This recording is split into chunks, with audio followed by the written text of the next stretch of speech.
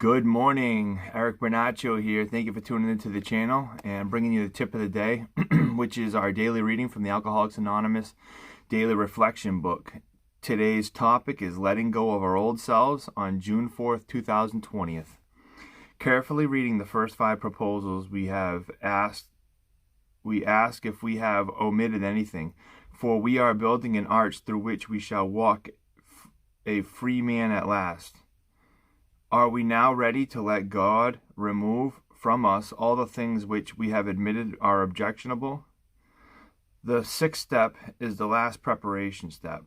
Although I have already used prayer extensively, I have made no formal request of my higher power in the first 6 steps. I have identified my problem, come to believe that there is a solution, made a decision to seek this solution, and I have cleaned house. I now ask, am I willing to live a life of sobriety, of change, to let go of my old self? I must determine if I am truly ready to change. I review what I have done and become willing for God to remove all the defects of character, for in the next step, I will tell my Creator I am willing and will ask for help. If I have been thorough in this preparation of my foundation and feel that I am willing to change, I am ready to continue with the next step. If we cling to something we will not let go, we ask God to help us be willing.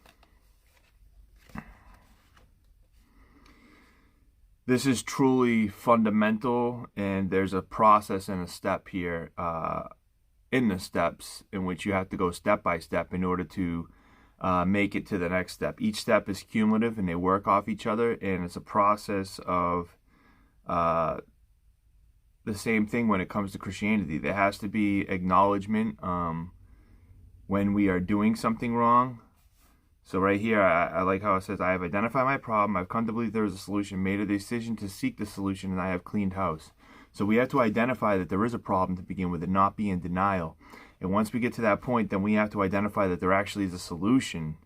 And then we have to make a decision to seek this solution. So the right there's 3 things like that are very important. Not being in denial, understanding that there is a solution to our problems once we admit we have a problem, and then making a decision to do and seek that problem and do anything that we can to achieve to find a solution to that problem.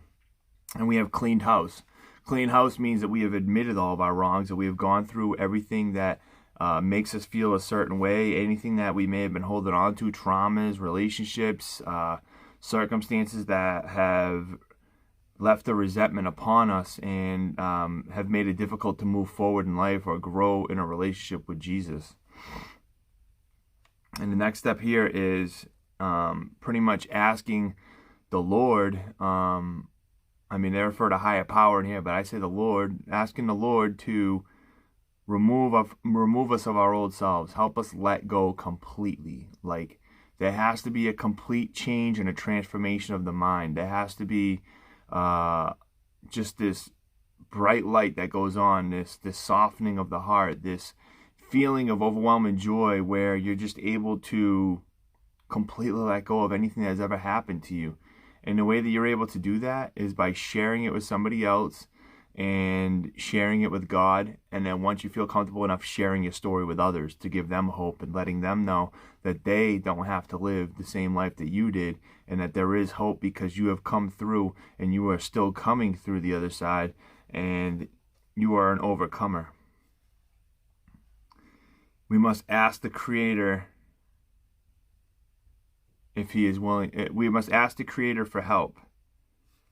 This right here is in reference to God. Like, we can't do this ourselves. People need to understand that our strength is driven by the one who has created us. And when we try to do things on our own will and try to do things independently, we will always fail.